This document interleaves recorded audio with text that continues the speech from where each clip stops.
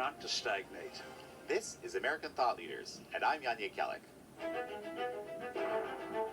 Steve Forbes, such a pleasure to have you on American Thought Leaders. Good to be with you. Thank you, John. So we're here at Freedom Fest. We're celebrating 250 years of the Declaration of Independence, a very, very big date. At the same time, a lot of younger people that are speaking to me genuinely feel like this American dream, which, you know, my parents followed to North America, is kind of lost. Like they don't have access to it anymore. What do you think? What do you say to them? There have always been periods where people have doubts about the future. If you're interested in history, go back to the 1890s when there's a real feeling with the closing of the frontier in this country that we're just going to stagnate like any other country. Turns out the frontier is the mind, not physical land. We had a rough period in the 1930s, the Great Depression, 1970s. People thought America was in decline. We're in one of those periods now, but a free people always finds ways to move ahead, even though times and circumstances change. And the problems we face today are not anything inherent in America, but in mistakes made by government. And the nice thing about that is mistakes can be undone. And if you create an environment where people can be truly creative, and we see that even with the barriers today, extraordinary things are happening in healthcare and elsewhere that are going to improve our lives. So instead of being pessimistic, look what's out there, look what the opportunities are, and then start thinking of how you can participate and help move it forward. Just, you know, some examples. It's very hard for a lot of younger people these days to buy a home, for example, especially in one of the larger cities, or just some of these things. You know, private property, of course, is a cornerstone of everything America is about, right? But for some people, they're thinking that's not even something that I'm really looking for, because I don't see a path. I don't see a path there. Or like just sort of practical things that a young person might be able to benefit from. Well, in terms of housing, the idea of living with the parents a little longer, that's a very practical thing if the rents are high and the mortgage rates are high. But again, the key thing there is if you want to buy an affordable home, there are plenty of places in the country to do it. You don't have to stay in New York City. You don't have to stay in crazy Los Angeles or Seattle. There are plenty of other places. And then if you've got energy, agitate to remove the barriers, regulatory zoning barriers that make it impossible to do housing projects. In Texas, for example, you can get a project going in a matter of months. In California, it's a matter of years, and time is money. So when a government that doesn't keep a stable value for the dollar, i.e. inflation, that makes interest rates higher than it should be. So you remove these barriers and getting out there in the economy. Calvin Coolidge, a president that I think we're starting to remember again, his philosopher teacher at college said, "Get in the river of life." So don't stay on the sidelines, get in there. And you may not always know where the river is going to go, but you can be part of it.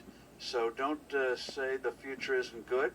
The key thing to remember is, for all the chatter about resources, there's no such thing as a natural resource. It's all about human ingenuity, whether it's taking a stone and making a tool out of it, copper, which in and of itself has no use except for humans finding out making it a tool for many, many things. You take oil, glop in and of itself, human ingenuity turned it into a fuel of a modern economy, which we now take for granted. The whole thing in high tech, the microchip based on silicon, which is another word for sand. You go on a beach, who knew you're sitting on a resource? So things are there, but the mind makes it a resource, and human ingenuity is unlimited.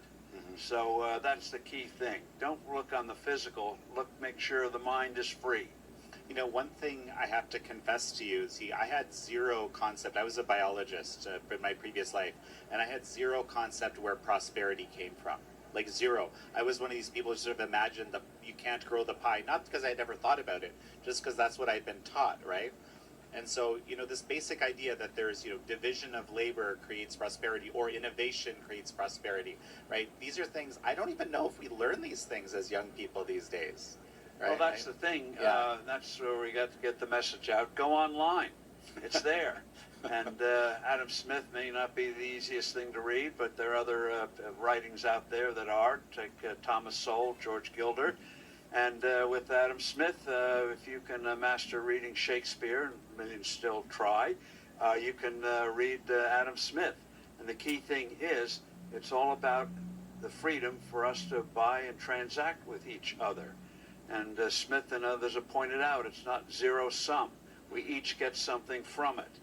And sometimes buying things is less fun than buying other things. More fun to buy a fancy new vehicle or bike, e-bike or whatever, than paying the rent or paying the electricity bill.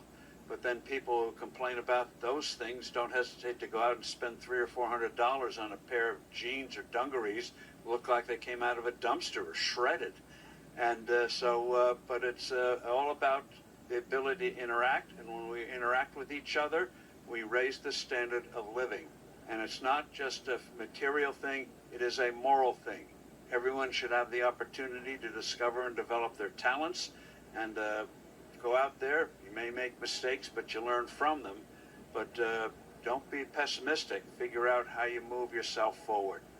So you and I were on stage not too long ago, and one of the big topics that kept coming up was the rise of the Democratic Socialists of America, the DSA. People that seem to have pretty openly socialist, if not even communist policies, right? Kind of a rising ranks in the Democratic Party.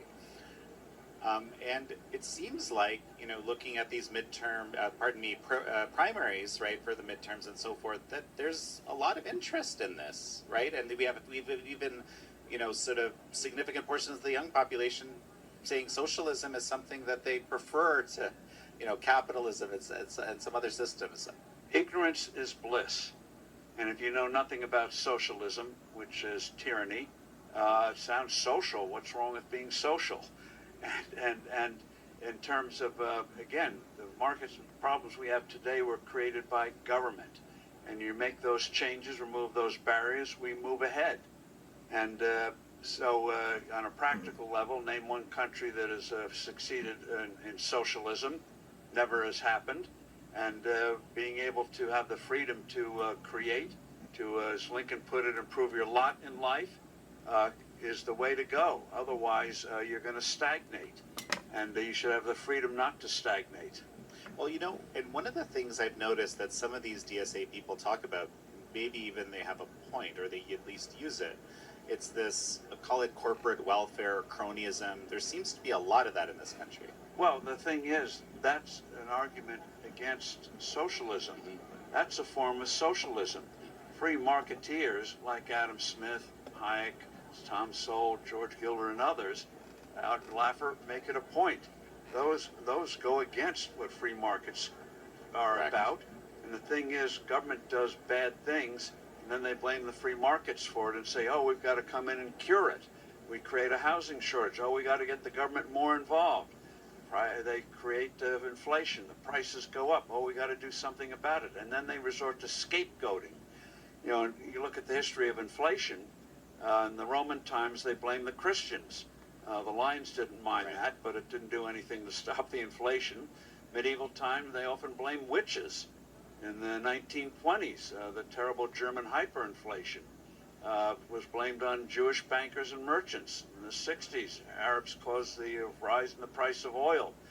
Today, it's evil corporations, evil landlords, and things like that. They always scapegoat when the basis of trust, sound measurement of money just measures value.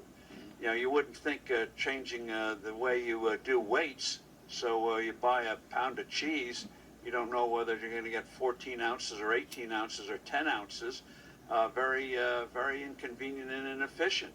Same thing about money. Money measures value like a yardstick measures length. Steve, one quick sec. We're going to take a break, and folks, we're going to be right back. Things, if you allow them to do so.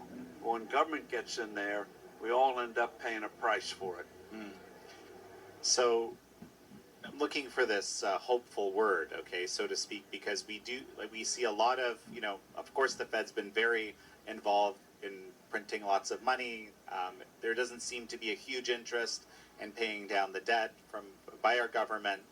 There is this, sort of significant cronyism that's happening in there. But you're saying this is just a phase, and you see a way out. It's something we have to fight. Right. But don't blame cronyism on Right, capitalism. Right. That's. Do you see a way through this? Right. Yeah, you call it out and you fight it. Yeah. And by the way, people who are pessimistic about the future, start reading what's happening in terms of breakthroughs in healthcare, AI. Instead of thinking it's the end of the world, think of how it's going to create cures for ailments and diseases and make for a better life. And so do some go beneath the surface of all the complaining, and move ahead and realize, get a little bit of perspective. One, you're living in an era that has never had more to offer. Look at history. It's been pointed out, over 2 centuries ago, 9 out of 10 people lived in dire poverty, which is defined as $2.15 a day. Imagine living today on a little more than $2 a day. You can imagine the misery that would be. 9 out of 10 people in the world did that a couple of centuries ago, 2.5 centuries ago. Today it's less than 1 out of 10. So for all the mistakes we've made, the fact is the standard of living has improved. So get a perspective on that, and then look at some of the extraordinary things that are happening. Instead of just saying, oh, woe is me, figure out, how do I take advantage of it? How do I move ahead in this environment? And recognize it's not going to be given to you on a platter. Anything that's free has a price attached to it from the politicians. So in terms of, when we were on this panel, we were talking about, the messaging for the Republicans, the strict messaging. Can you maybe reprise that for me in your mind? What do you think the key issues are for the Republicans in the midterms, since that's your side, obviously, here? Yeah. Well, on the positive thing they should be doing, key thing is reducing the tax burden on people, which is a barrier to getting ahead. And that includes reducing tax rates. The idea that the rich aren't paying their taxes, they pay 40% of the income taxes in New York City and in the country. What these far leftists want is to take your other assets, seize your other assets. And so in terms of what the Republicans should be doing, more tax cuts. They're helping people have a better life, because a tax is a price. If you lower the price of good things like productive work, risk-taking, success, you get more of them. Every single time in 4,000 years. Reduce the burden on people, they do more. Just as, for example, they put taxes on cigarettes. You don't want people to smoke so much, you put a tax on it. Why do you put a tax on the ability to be employed, to start a business? So, bottom line, reduce tax rates, point out that the Democrats, what they stand for, more control over you, seizing what you have, this kind of crazy tyranny thing that you don't have freedom anymore. Call them out on it. I think the Republicans will. Foreigners are not supposed to participate in terms of money in our elections. Close those loopholes that allow hundreds of millions of dollars overseas corrupting our elections. So take the positive side. It's a free country. People who founded it were willing to stake their lives on moving this wonderful experiment ahead. So you can do the same. You don't have to put your life on the line. Just get up and what's out there? What can I do? And if something's making something expensive, why? Don't scapegoat. Look at the real underlying causes. And this tyranny that you mentioned, you're talking about the sort of the DSA policies here that are being promoted, or what exactly do you mean? The policies that force girls to compete against men in sports, things like that, forcing the hiring of people who may not be qualified, and doing things by quota, not by merit, and telling people what they can and cannot say, censoring people because they may say something that makes you uncomfortable. Boo-hoo. Debate them. That's what free speech is about. One thing that I noticed, kind of as we rounded out here, is that you recently wrote an op-ed, June 25, on the importance of the U.S. demonstrating a strong commitment to Taiwan. I recently traveled there, interviewed the vice president, and went out into the countryside because I wanted to see if what I believe to be true is really true. It was my first time there. I want to believe that this is a uniquely free people. And they are, and that is what I indeed discovered as I kind of met people, spoke with them, and so forth. But why? And there's a lot of questions in people's minds, even on your Republican side, about whether the U.S. should have this strong commitment to Taiwan. Explain that to me. Why is that important? Well, we don't want hegemony in the world. And in terms of Taiwan, its relationship to the mainland, the language on that was written decades ago. Change not the language, change not the ability to sell Taiwan, as we've been doing for years, weapons to make sure nobody gets any bad ideas, and let things work themselves out. And so nobody gets the idea that they can go marching in. I would hope that the example of Ukraine would be an example of when you go in that direction, bad things can happen or unanticipated things can happen. So in the meantime, cultivate trade, and on the mainland, let people have the opportunity to pursue opportunities and not have to worry about looking over their shoulder. Why is Taiwan important to? Why should Americans feel Taiwan is important to them? Because if you allow unauthorized aggression against Taiwan and go against agreements made in the past, that means we're going to have the kind of world we had in the 1930s. We saw where that led. So again, let's keep things as they are. No turning the South China Sea into a Beijing lake. No allowing the Strait of Hormuz to have tolls. Freedom of navigation has been a hallmark of U.S. foreign policy for over 200 years. Keep it that way. So, as we finish up, actually, what about the Strait of Hormuz? What about Iran? The ceasefire is done, but there seems to be... The Iranian regime is evil. They're never going to keep an agreement.